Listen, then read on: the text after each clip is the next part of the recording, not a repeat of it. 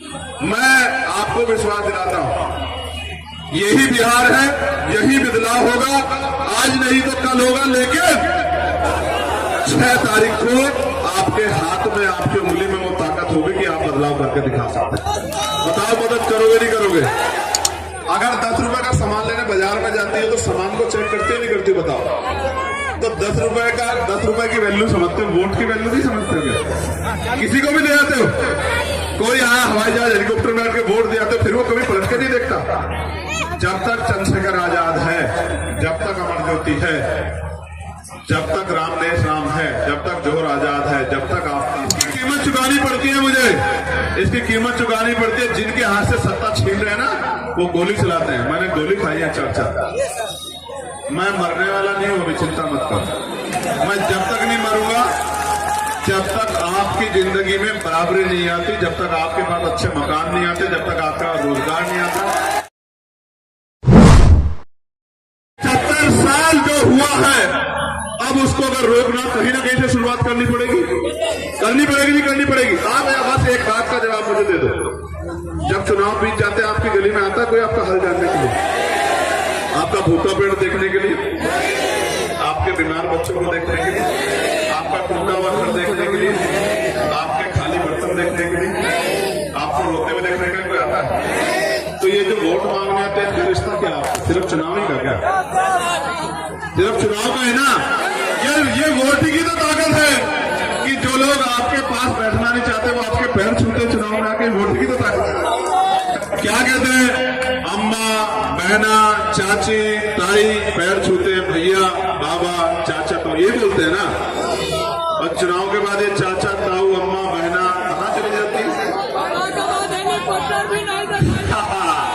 मेरी बात सुनो, जानवर इंसानों से ज्यादा समझदार है। जिस तरफ कांटे लगते हो जानवर नहीं जाता।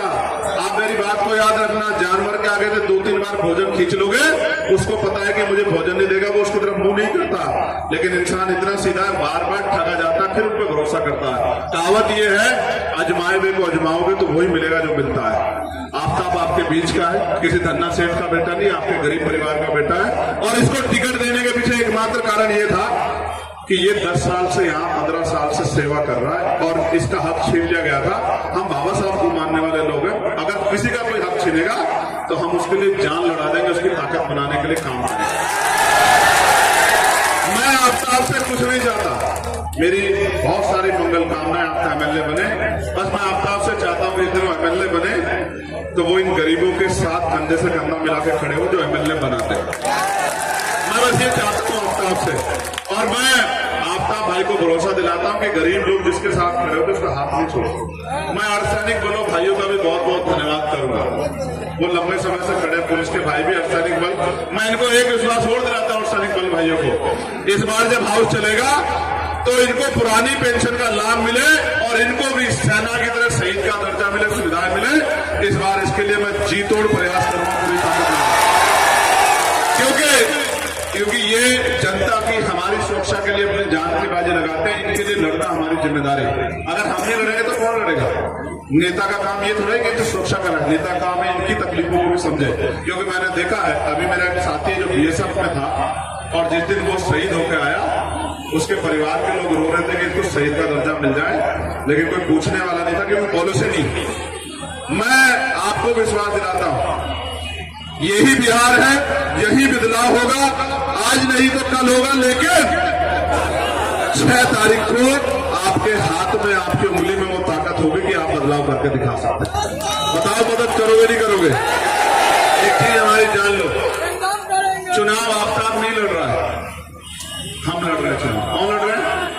हम। आप लड़ रहे हैं, मैं लड़ रहा हूं। क्यों लड़ रहे हैं? क्योंकि हमें गरीबी, बेबसी, लाचारी की जिंदगी से निकलना है। हमें इसी हाल में नहीं रहना। मैं जानता नहीं कि मेरी मां किस तरह का जीवन व्यतीत करती है। कितनी ऐसी जिन्होंने हवाई जहाज में बैठ के देखा है? हवाई जहाज देखने तो आती हो ना? चाहो जरा हाथ उठा के दिखा। जो हेलीकॉप्टर में बैठी है, जो हवाई जहाज में बैठी है, बताओ तो क्या मेरी माँ गरीबी में पैदा हो, गरीबी में मरेगी क्या? तो इस देश में बराबरी कैसे हुई आर्थिक रूप से? क्या मेरा बाबा गरीबी मर के पैदा हुए गरीबी में मरेगा क्या? पसीना तो वो भी बराबर का बहाता है ना, 8 घंटे वो भी मजदूरी करता है ना, लेकिन जब वो अपना हक मांगता है तो सामंती उसको पकड़ के मार के लटका देते। कब तक चलता रहेगा बिहार में? आज नहीं तो कल हमें से रोकना पड़ेगा। मौका आया है, अगर कोई हमारी बात से हमसे वोट लेके फिर जाता है तो 5 साल बाद हम उसके खिलाफ वोट दे सकते, सब कुछ नहीं कर सकते। मेरी बात सुनो गौर से, कहूं या नहीं कहूं पहले बताओ, जोर से बोलो, कहूं या नहीं कहूं? आदमी 10 रुपए का सामान लेने जाता, आप जाते हो ना बिटिया, दुकान पे जाते हो ना सामान लेने, क्या सामान चेक नहीं करते हो कि जो सामान ले रहे हो खराब है अच्छा है? बताओ पहले बताइए, बहनें जो खड़ी आगे खड़ी हो जाओ, तीनों चार बताओ। अगर 10 रुपए का सामान लेने बाजार में जाती है तो सामान को चेक करती है नहीं करती? बताओ। तो 10 रुपए की वैल्यू समझते हो, वोट की वैल्यू नहीं समझते हो क्या? किसी को भी ले आते हो, कोई आया हवाई जहाज हेलीकॉप्टर में आके वोट दे आते हो, फिर वो कभी पलट के नहीं देखता। जब तक चंद्रशेखर आजाद है, जब तक अमर ज्योति है, जब तक रामदेश राम है, जब तक जोर आजाद है, जब तक आफ्ताब है, हम आपके साथ चट्टान की तरह खड़े, जहां आपका पसीना पड़ेगा वहां खून देंगे। मेरी बात को आप, और इसकी कीमत चुकानी पड़ती है मुझे, इसकी कीमत चुकानी पड़ती है। जिनके हाथ से सत्ता छीन रहे हैं ना, वो गोली चलाते हैं। मैंने गोली खाई है चर्चा, मैं मरने वाला नहीं हूं, अभी चिंता मत करो।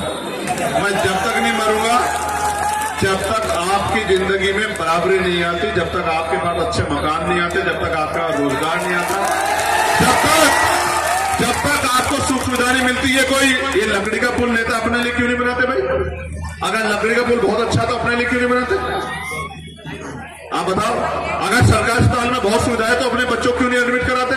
सरकारी स्कूल में बहुत अच्छी पढ़ाई करा रहे तो अपने बच्चों की पढ़ाई क्यों नहीं कराते?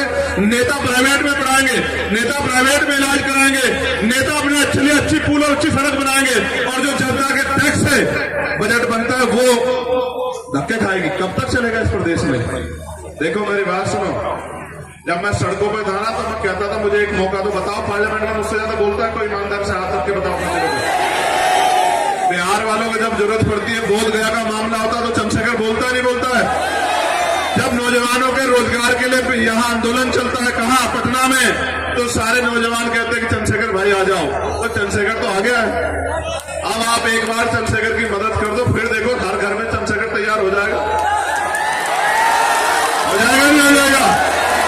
तो निशान पता है नहीं पता? पहले बताओ, जोर से बताओ क्या निशान? मैं एक बार कंफ्यूजन दूर कर देता हूं, आप लोग सुनो। हाँ, हमारा जो पिछला निशान था वो हमसे छीन लिया इन लोगों ने। इनको लगा निशान छीन लेंगे तो ये कमजोर पड़ जाएंगे। इनको ये नहीं पता कि हम मजदूर किसान परिवार के लोग हैं। निशान छीन लो, हम दिल में जगह बनाए हुए हैं, हम इतनी जल्दी जाने वाले नहीं थे। और निशान क्या है यहाँ पता है आपको?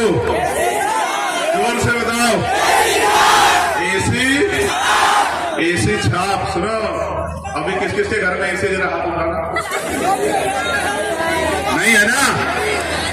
तो जब एसी छाप का बटन दबेगा तो गरीबों के घरों में भी ठंडी ठंडी हवा आएगी। मेरी बात को याद है?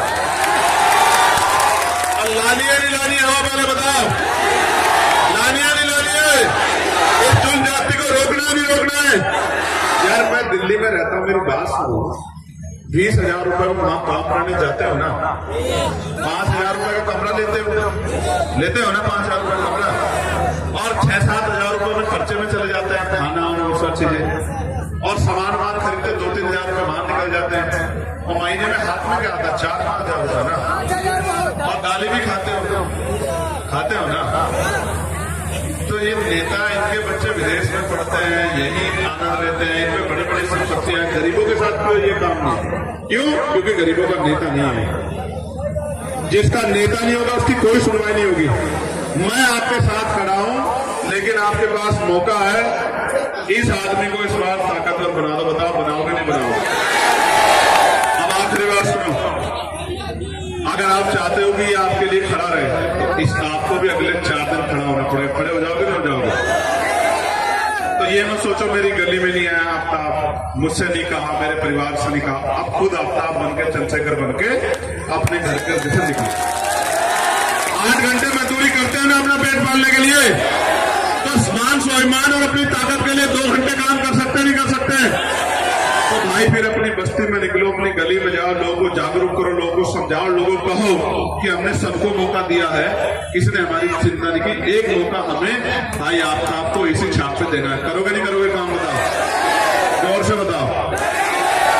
कुछ खाने को नहीं मिला ना बहुत देर से, लंबे समय से बैठे हैं ना, भूख लग रही है।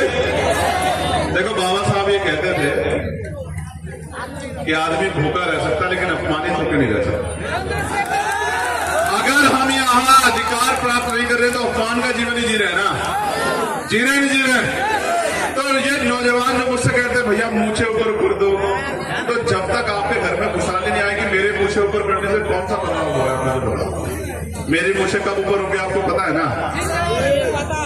जब थानों में आपकी सुनवाई होगी, जब आप पे जुर्म नहीं होगा, जब आपको रोजगार मिलेगा, जब आपकी हालात बदलेगी, जब आपके यहाँ सुविधाएं आएंगी, और जब आप अमीरों के बराबर उसी कुर्सी बैठोगे जिस तरह से अमीर बैठ रहा है, तब उस दिन जो है मेरी मुझे खुद ऊपर हो जाएगी।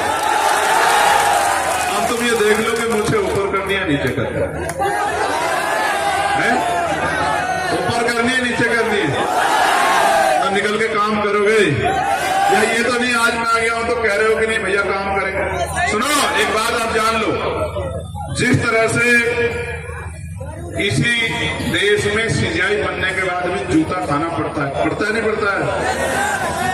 एडीजीपी लेवल का अधिकारी होने के बाद भी न्याय नहीं मिलता, सुसाइड करना पड़ता है। समझ रहे हो? सब कुछ आपके हाथ में, कौन लड़ रहा है और कौन तमाशा देख रहा है, कुछ छिपावा नहीं। जब सीजीआई पे जूता चलता है तो कौन लड़ता है? जब सीजीआई पे जूता चलता है तो कौन सवाल खड़ा करता है? जब एडीजीपी जब सुसाइड कर ले तो हरियाणा चंडीगढ़ जाकर उसकी आवाज को कौन उठाता है? जब किसी गरीब पे जुल्म होता है, किसी हमारी बच्ची पे, बहन पे, माँ का अपमान किया जाता है, जब किसी जमीन छिन जाती, कौन खड़ा होता है?